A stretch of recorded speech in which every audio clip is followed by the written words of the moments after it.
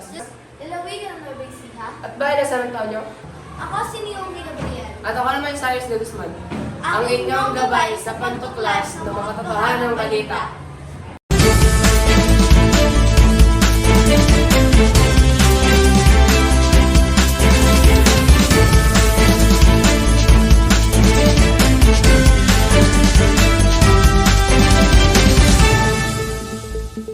Ngayong araw na Martes, Ating tuklasin ang ilan sa mga balitang nagaganap sa paaralan ng Santa Isabel Montessori.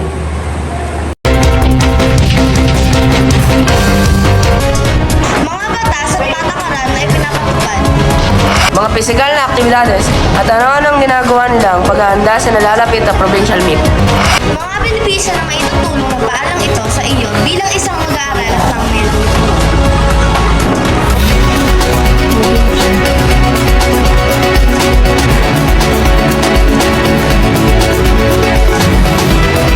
Ayon sa aming sa Dixie, maraming ang batas at patakaran na ipinatutupad sa Santa Isabel. Mula sa Santo Cristo San Antonio, narito si Yunang Himanghas para sa detalyadong balita. Yes, Naomi, ayon sa mga source na nakalap, sabi-sabi may mga batas at patakaran na sa paalam ito. Kaya't nagtanong-tanong kami sa mga estudyante kung ano nga ba ang nasabing patakaran. Ano nga ba ang mga batas at patakaran? Marami po. Lahat ng mga batas at patakaran ng aming paaralan ay makikita sa handbook na kinakailangan ng mag-aaral. Kasama na nga po rito ang pagsusuot ng proper uniform, tamang haba o angkop ng mga damit. Bawal na pagdadala ng cellphone, gadgets or bag. At ang kahalagahan ng kalinisan ng aming paaralan. Ayon sa mga mag-aaral, ipinatupad ito ng pinuno ng paaralan, katuwang ang Student Supreme Government or SSC, sa pagtingin kung sinusunod nga ba ng mga mag-aaral ang batas at patakaran ng paaralan. Kaya't hiningi namin ang pahayag ng isang Student Supreme Member sa pagtingin sa kalagayan ng mga estudyante.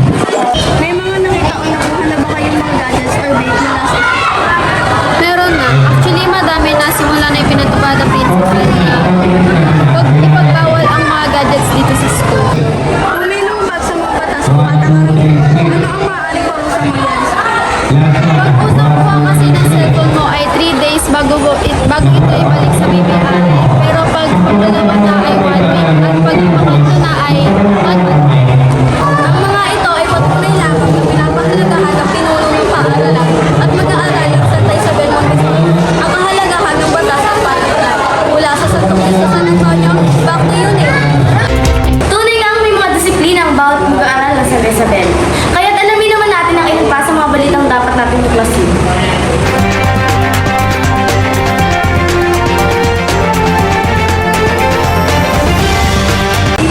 Mga paghahanda sa nalalapit na provincial meet. Alexa Noda, ibalita mo! Salamat, Cyrus. Ayon sa mga pag-aaral ng paaralang ito, marami na silang paghahandang nagawa para sa nalalapit na provincial. At isa na nga dito, ang lubos na pag-ensayo. Gaano kahalaga ang paglalaro sa'yo? Sobrang mahalaga ito sa akin dahil ito na ang aking kinalakihang sport sa aming pamilya at ito na din ang aking hilig sa lahat na gawin. Ano-ano nga ba ang mga paghahandang nagawa ninyo para sa darating na provincial meet? Ang mga paghahandang aming nagawa sa darating na provincial meet na aming dadaluhan ay nag-training kami ng halos araw-araw upang makamit ang panalo na aming ninanais. Lubos na pinaghahandaan ng mga mag-aaral para sa nalalapit na palaro. Muli, Alexa Lorenoda mula Santo Cristo San Antonio, back to you, Cyrus. Lahat ang pinagplanuhan at pinag-isipan na mabuti ang mga galawan. Kaya mapapasabi na lang tayo ng Isabelians for the win, for the win. Tama ba, partner? Well, let's just hope for the best. But Isabelians, you got our support. Kaya tutukan natin ang mga balitang dapat natin upatin kasama sina Crystal Pamintuan, At Lebron Reyes ng Educational Spotlight.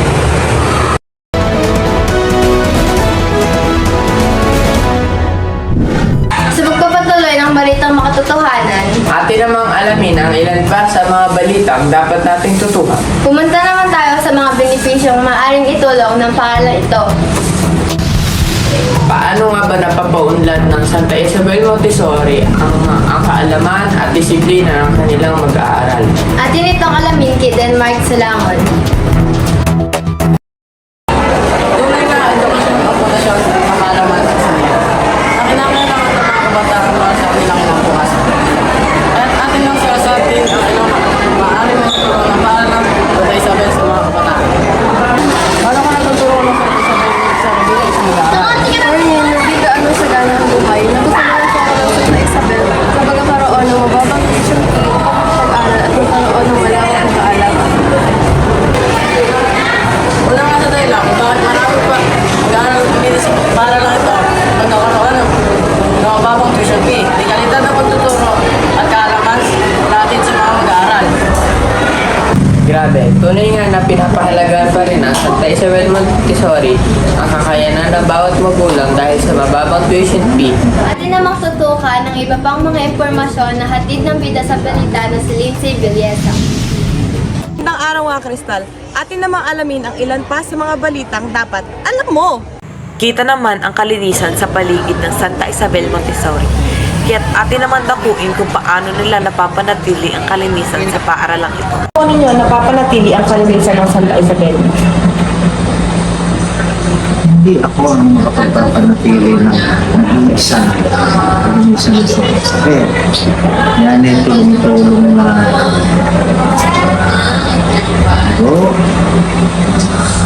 estudyante at mayari pa isama na rin natin sina Randy ayan kasama sa pagpapanatili na malinis. If ever na may nahuli na nagkakalat at nagtapon sa maling lagayan, ano-ano po ang maaari nilang maging parusa? Ako personally pagkakitang-kita kong hindi sa pasarahan nagtapon, hindi lang yung tinapon niya ang papupulot ko, pati yung kalapit na alat, papupulot ko, saka pangangalan. Para sa iyo, bakit mahalaga Kaya ang pagiging malinis sa pinuputuan ng kalusugan at ito ay nagiging mabuting answer para sa ating bansa. Ikaw ay hindi ka magiging malinis. Sa tingin mo ba ang ating bansa ay magiging malinis? Lubos-lubos nga ang pagpapahalaga ng mga batang ito sa kanilang kapaligiran. Muli, ako si Lindsay Villesa mula sa Santo Cristo, San Antonio. Maraming salamat po. Wow, talagang pinapatubad sa paaralang ito ang kalinisan ng lahat. Di ba, partner? Oo nga, mapapasabi na lang talaga tayo na may malasakit at disiplina pa rin ang mga pinuno at mag-aaral ng Santa Isabel.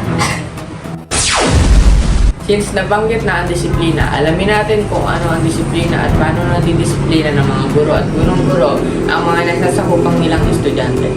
Nakatutok sa balitang ito si Marian Torres. Natin kung ano-ano ang mga hakbang na ginagawa ng mga pinuno ng paaralan upang mapanatili ang kapayapaan at disiplina ng mga mag-aaral. Atin naman niyang alamin kung ano ang masasabi ng ilang mag-aaral ukol sa disiplina.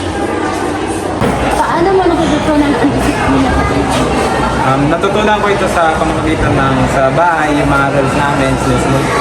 Sa school, may rules din na sinusunod. So, matututunan mo yung disiplina. Basta sundin mo lang yung mga rules na kailangan mo sundin, tapos yung mga paniniwala mo sa sarili mo, lagi mo lang sundin kung ano yun.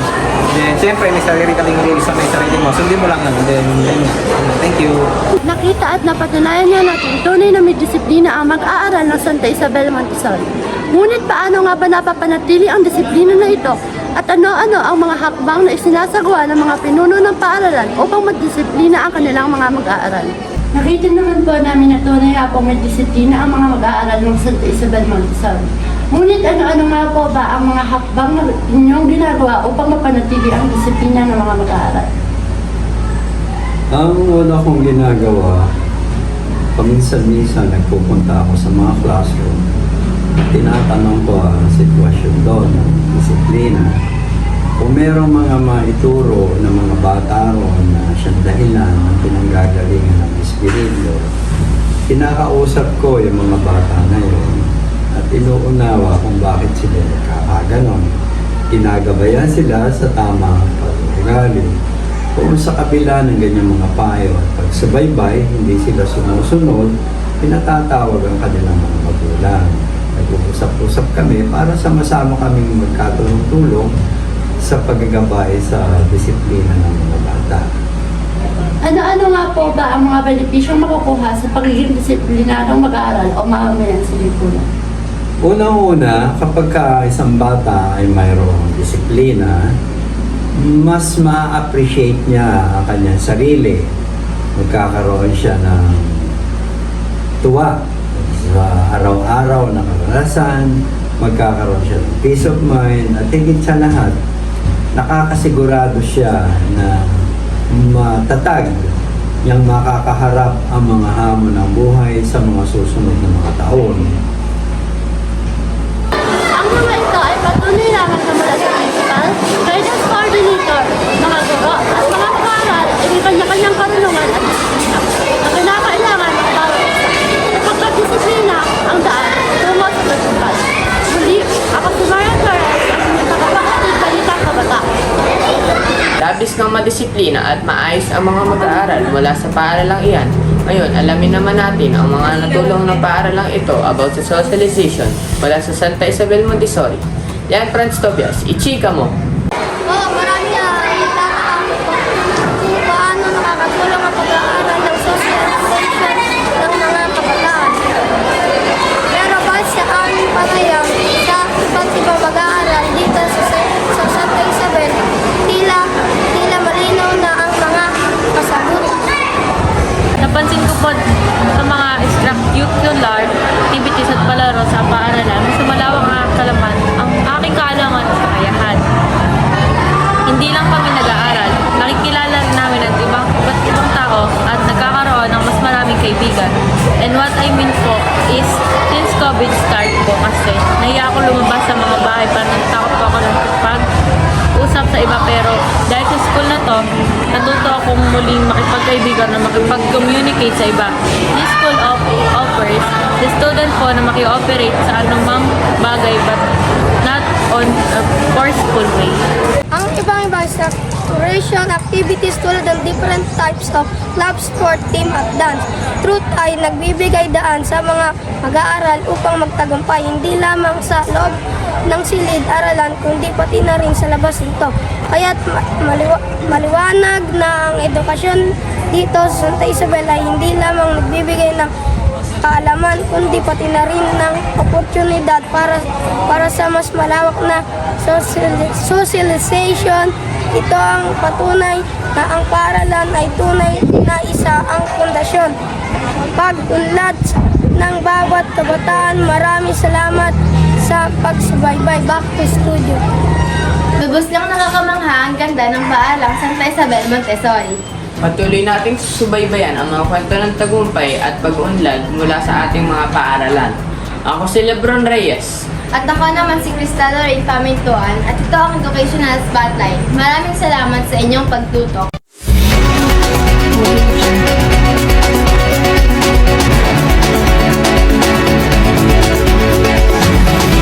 Tayo magsama-sama Sa pagtuklas ng mga totohanang balita, sa Batanes. Hanggang pulo, Nasaan ka man?